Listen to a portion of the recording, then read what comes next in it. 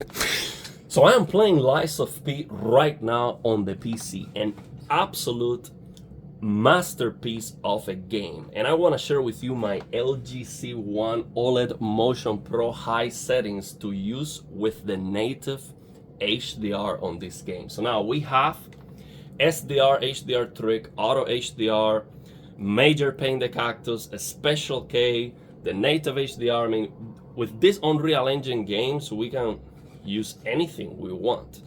So this doesn't mean these are the absolute best settings, but it is so difficult to decide, especially when you have just one TV, one PC. You don't have a side by side. It's almost impossible to, and I want to play the game. Okay, so this is just what I'm using right now. And let me tell you, if you have an LG C1 G1 and you can get this OLED Motion Pro High at 100 or 120 FPS, this is just absolutely amazing. Let me tell you, when I was some days off, I've been very busy. Then I come back and I'm like, man, today I want to play. Okay, I don't want to be changing any settings. I want to turn on my PC, play Lies of P, and do nothing else. So what do? Just turn on the plasma TV. Okay, it's just SDR. I don't have to change any settings. I don't have to tweak the black floor and get enough brightness and check the contrast and the maximum peak brightness and look at the graph, and I don't have to do none of that. Okay, so then I start playing Lies of P on my plasma TV, on my Pioneer Kuro plasma TV, and it is absolutely amazing. I have an Elite Pro 151 FD, a 60-inch 1080p plasma TV that looks absolutely incredible. Okay, and I'm so happy with this. I am playing it using NVIDIA DLSR 2.25x of 1080p, which looks very good with DLSS quality. Okay, so the picture is clean. The motion is very nice, very nice. Even at 60 FPS, when you pan the camera slowly, the plasma TV looks like 240. Okay, if you do this on the plasma TV, on that plasma TV, it looks like 240 FPS in motion. Okay, so it's a very nice experience, and I'm like, man, I'm just gonna beat this game on the plasma TV. Okay, the input lag was okay. It's not a stellar. It's not as good as the OLED, of course, but it was okay, and I was getting used to it. So I was, being able to parry all the attacks, because in this game you have to be parrying constantly, and I was getting my parries on time and it was working.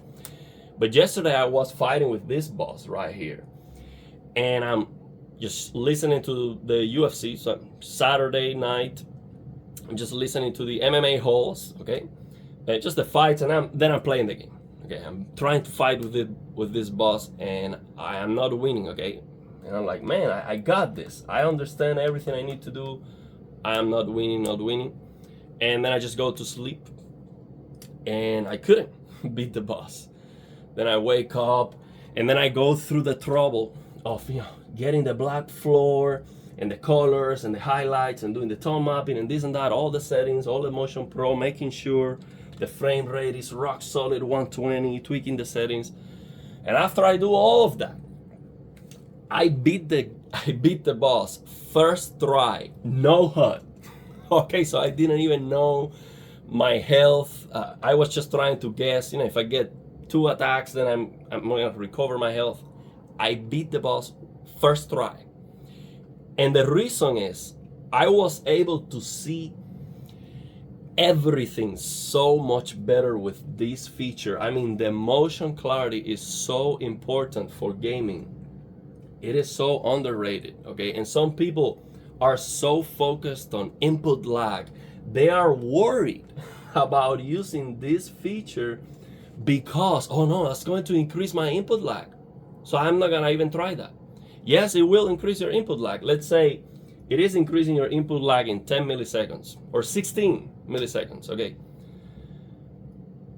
You would take that any day, trust me. When you see the motion clarity improvement, you will take that hit. You can see so much better. It is ridiculous, the difference that I was able to see. And I'm talking about coming from a plasma TV, which looks very good in motion already. Okay, so it was a fantastic experience, and I definitely encourage you to give it a try if you have an LG C1 G1 or CX GX. Okay, so here are the settings I am using. Of course, link in the description of the video. Download the latest version of ReShade and install the Lilium shaders, which they are now included with during the installation process. You can just select the Lilium HDR shaders and you get all of these options that you need to tweak the settings. Okay, so let me show you first the in-game settings. Okay, and then I'm gonna show you what I'm changing on ReShade. Okay, so now for the in-game settings, you can see here that I moved the sliders for the brightness and contrast. Okay, this is not perfect, ideal. This is a lot of trial and error. Okay, I'm telling you, I spent the whole morning tweaking up and down and trying to find the best compromise here. Okay, I'm using dynamic tone mapping, so we're not gonna get, you know, the best picture quality. When you use dynamic tone mapping, you're not getting the best HDR. Okay, and of course we're losing brightness with OLED Motion Pro, so we're not getting that brightness, that HDR brightness anyway. We're just trying our best to get the best picture we can with this OLED Motion Pro High. It's totally worth the sacrifice, in my opinion. So now you see here, I'm moving this brightness slider. You have it here at the center by default, so you just need to click it 1, 2, and 3 clicks to the right. See, 1, 2, 3, 4. Actually 4. 1, 2, 3, 4. That's what I did. 4 clicks to the right to the brightness, and then for the contrast is just 1. Yeah, just 1 to the right for the contrast. Okay, so 4 to the right for the brightness, 1 to the right for the contrast. And then for ReShade, this is what I'm using right now. I am using the Lilium's HDR Black Floor Fix shader and the Lilium's Tone Mapping shader. So now here's what I did with the black floor, and it is important that they are in this order. Okay, so the Black Floor Fix first and then the Tone Mapping later. I've tried the other way. It is different. Okay, and it's not worse. I encourage you to try it, but if you want to get exactly the same effect, the same results that I'm getting right now here, it is important that the HDR Black Floor Fix shader goes first, then the Lilium's Tone Mapping, and they need to be at the top. Okay, very important. So this is what I did for the HDR Black Floor Fix shader. Enable black floor lowering, and then I lowered this. I increased this old black point. I increased that to 0.0179. Okay, again, the old black point, increase that to 0.0179. So now, to change this number, instead of you moving the slider up and down, that's very, very difficult to nail. So what you have to do is you press Ctrl on your keyboard. You press Ctrl on any of these fields. You can press Ctrl, for example, here, and you can change. Then you can type in, you know, put any number you want. Okay, that's how you change these numbers. So you don't have to do this. If you start going up and down like this, it takes forever. And if you do this, I mean, you're not gonna. it's just not gonna work. It's too precise and too slow. So that's how you do. You press Ctrl, you click on it, so you can type in the value. So that's what I'm doing here. That's all I'm doing here in Lilium's HDR Black Floor Fix. Then I am using this Lilium's tone mapping. I select the method BT2446, method A, and then I change this maximum tone mapping brightness. This is the max CLL that the game is trying to output. Okay, so actually the max CLL, I see that it is 1017 nits, but because of DLSS, because of the upscaling, you see that there is a shakiness, so that the max CLL is kind of doing this, is jumping up, sometimes it's doing this and jumping up. So because of that, just to be safe, you don't have to, but I change it to 1027 nits, because that jump, when it does this, that jump, which is just rounding errors, and it's because of the temporal anti-aliasing thing, I just change it to 10,027, and then the target brightness to 1000 nits, because I am using dynamic tone mapping. Okay, so for dynamic tone mapping, here are the settings that I'm using. Let me show you. We come here to settings, and then I use dynamic tone mapping to get that near black visibility better for OLED Motion Pro High. That's the only reason here we're using dynamic tone mapping. Dynamic tone mapping looks the worst. Okay, in every single case, it never looks better. Trust me. If you fix the source, dynamic tone mapping is the absolute worst. No question about that. But it is good in this case because it gives you more visibility near black, and that's what we're trying to get. Okay, and we need as much brightness as possible all the time. Okay, and that's what dynamic tone mapping offers. That's why I am using it. And then here we come to this HDMI signaling override secret menu, 11131111, and then I change this mastering peak and max CLL to 1000. Okay, so the TV is doing tone mapping without 1000 nits curve. Okay, so that's it. These are the settings I'm using. Oh, also I forgot to mention that I changed the Gamut compression. For this BT2446 method A, we have this Gamut compression slider that is going to default to 1.1.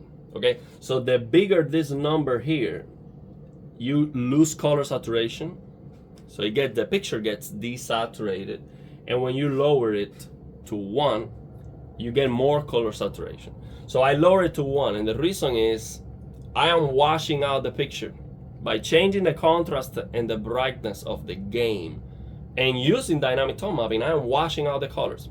Okay, so I am getting everything washed out just to fix the problem that this OLED Motion Pro High causes. Okay, so because I am washing out the picture, I am trying to get that color saturation back, and I do get that color saturation back. But this game looks a little bit washed out, even on SDR. And the reason is, most of the game, at least at the beginning, most of the game looks like this. It looks grayish. But the problem is sometimes it looks very dark. So there are some fine details. So most of the game looks like this, very gray and somber and dark. Of course, it's Souls-like game, but then you have some elements, like for example this hat, or the tie, or some of the clothing of our main character that are very dark. And if you try to if you try to improve or get a nicer contrast for the overall impression of the game, then you're crushing the details. So this is the only way I find to get the best compromise, okay, basically. But it does not give me the nicest overall impression of the game. What I am getting with these settings is basically I'm trying to not crush any details near black. Yeah, I'm not crushing any details near black, so I have all the visibility near black. But because of dynamic tone mapping, you are getting some clipping on the highlights. Okay, that's inevitable. In dynamic tone mapping, sometimes it's not clipping the highlights, but sometimes it is, and there's nothing you can do about it. Okay, that's just how it goes. Even if you change the tone mapping target and all of that, sometimes you're still gonna get some clipping, but it's not a big deal. It's not a big deal. It's just something else. So now, one thing I want to mention with this game, sometimes you see right now I'm getting 120 FPS solid. Okay, no drops, it looks perfect. But sometimes when I'm loading, let's say I do a fast travel, or I'm loading a new area or something, then the frame time it starts, spiking for some reason. I've seen that behavior on other Unreal Engine games, and then what I have to do is just to change one setting. For example, I would come here to the main menu, and I would change DLSS to something else. So right now I'm using, let me show you, I'm using 4K DLSS balance, okay? I might even get quality, but I'm gonna drop from 120, so I don't wanna risk that. And maybe if the game gets more demanding, maybe I'm gonna have to lower it to performance anyway. But what I have to do here sometimes is that I have to change it from balance to performance or any of them, and then go back to what I want. Go back to balance, and then that stuttering goes away. Then the frame time graph, it becomes normal again. I don't know why that happens, but that's just what I have to do. And the settings I'm using on the game are the best settings. Everything but the shadows. The shadows are on high. So that's what I'm doing. Shadows on high, and everything else is maxed out. You see, best, shadows on high. That's what I'm doing. I mean, I didn't test too much going up and down because the performance is very good. This game performance is stellar. Okay, absolutely incredible. I hope that it stays the same for the entirety of the game, because this is really, really good. This game is just a 10 out of 10. This game is 10 out of 10. If you like Souls, Souls-like games, Dark Souls, any of this, especially Sekiro, maybe Neo. If you like Neo, you have to get this game. I mean, this is a must-play, for sure. Top 10 for me, instantly. It's just so good, so good, so good, so good. And they listen to the feedback, and the game seems to be very well balanced to the difficulty. I remember playing the demo version, and that first boss battle was a lot more difficult than on the actual game. So once they released the game, that first boss battle, it was not that high of an entry, okay, for most people. So it seems like they are gonna step up the difficulty. At the beginning it was easy. Yeah, this second boss, it was not as easy. So I hope they keep going up on the difficulty. I hope they didn't just water down the difficulty so it appeals to more people. But it is parry based, and parry is not an easy thing to do. You have to time it nicely. So I really, really like this game. I'm enjoying it a lot. So I'm gonna be playing it for the rest of the day. Let me know your thoughts and opinions. If you have any questions, if you tried different settings for OLED Motion Pro High. Yeah, I'm gonna be enjoying this game for today. Have a good one.